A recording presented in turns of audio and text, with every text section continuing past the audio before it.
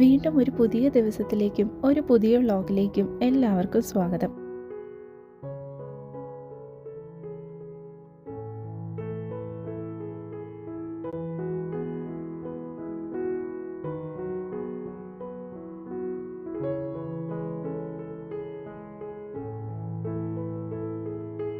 ഇന്നത്തെ ദിവസം തുടങ്ങുന്നത് തന്നെ വളരെ മനോഹരമായ ഒരു കാഴ്ചയോടെയാണ്. ഒരു വശത്ത് ചന്ദ്രൻ ഇന്നലെയുടെ യാത്ര അവസാനിപ്പിക്കാൻ തുടങ്ങുമ്പോൾ മറുവശത്ത് പുതിയൊരു ദിവസത്തെ വരവേൽക്കാൻ ഒരുങ്ങുകയാണ് സൂര്യൻ. ഒരേ ആകാശത്തിൽ രണ്ട് കഥകൾ, ഒന്ന് തുടങ്ങുന്നു, മറ്റൊന്ന് ശാന്തമായി വിട പറയുന്നു. ലൈഫും ചിലപ്പോൾ ഇതുപോലെയാണ്. ചില കാര്യങ്ങൾ അവസാനിക്കുമ്പോഴാണ് പുതിയ തുടക്കങ്ങൾ നമ്മളെ കാത്തിരിക്കുന്നത്.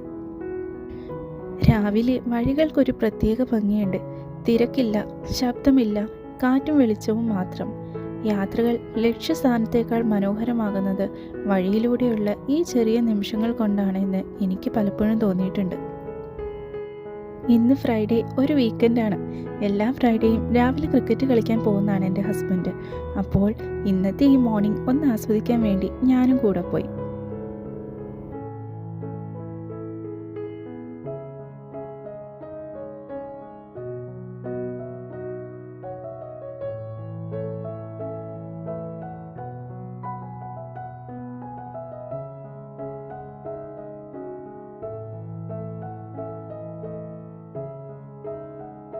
ഞങ്ങൾ ഗ്രൗണ്ടിലെത്തുമ്പോൾ അവിടെ ആരും ഉണ്ടായിരുന്നില്ല. കുറച്ചു നേരം നിശബ്ദത മാത്രം. പലപ്പോഴും ഇങ്ങനെയുള്ള ശാന്തതയാണ് മനസ്സിന് ഏറ്റവും വലിയ വിശ്രമം.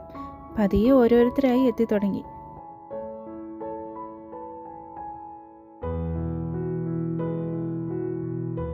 അപ്പോൾ കുറച്ചു സമയം ഞാൻ ഈ പ്രകൃതി ഭംഗിയൊക്കെ ഒന്ന് ആസ്വദിച്ചങ്ങ് നിന്നു. കുറച്ച് കഴിയുമ്പോഴേക്കും ചിരികളും സംസാരങ്ങളും കൊണ്ട് ഈ ശാന്തത ഒരു മനോഹരമായ രാവിലെയായി മാറും. അതിനിടയിൽ എനിക്കൊരു സർപ്രൈസ് കിട്ടി. ചൂട് ചായയും ഒരു വടയും. ആരോ ഒരാൾ എല്ലാവർക്കും കഴിക്കാൻ വേണ്ടി വാങ്ങിയതാണ്. അതിലൊരു പങ്ക് എനിക്കും കിട്ടി.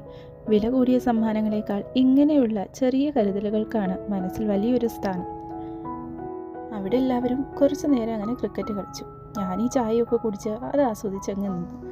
ജയപരാജയങ്ങളൊന്നും ഇതിൽ പ്രധാനമല്ല. ഒരുമിച്ച് ചിരിക്കാനും ഓടാനും ആ നിമിഷങ്ങൾ ആസ്വദിക്കാനുമാണ് ഇവിടെ എല്ലാവരും ഇങ്ങനെ രാവിലെ ഇവിടെ എത്തിച്ചേരുന്നത്. ക്രിക്കറ്റ് കഴിഞ്ഞ് ഞങ്ങൾ നേരെ മാളിലേക്ക് പോയി. ഉച്ചയ്ക്കുള്ള ചിക്കനും കുറച്ച് പച്ചക്കറികളും വാങ്ങാൻ വേണ്ടിയിട്ട്.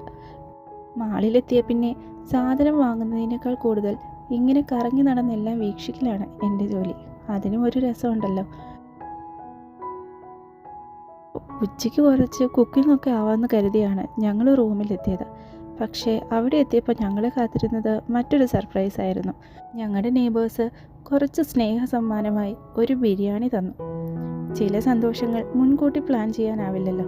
അവ അപ്രതീക്ഷിതമായി നമ്മുടെ ജീവിതത്തിലേക്ക് കടന്നു വരും. പിന്നെ സ്നേഹത്തോടെ കിട്ടുന്ന ഭക്ഷണത്തിന് ഒരു പ്രത്യേക രുചിയുണ്ട്. വയറ് നിറയുന്നതിന് മുൻപേ മനസ്സ് നിറയും. പിന്നെ വൈകുന്നേരത്തെ ചായയുടെ കഥ പറയാതെ ഈ വ്ലോഗ് പൂർത്തിയാകില്ല.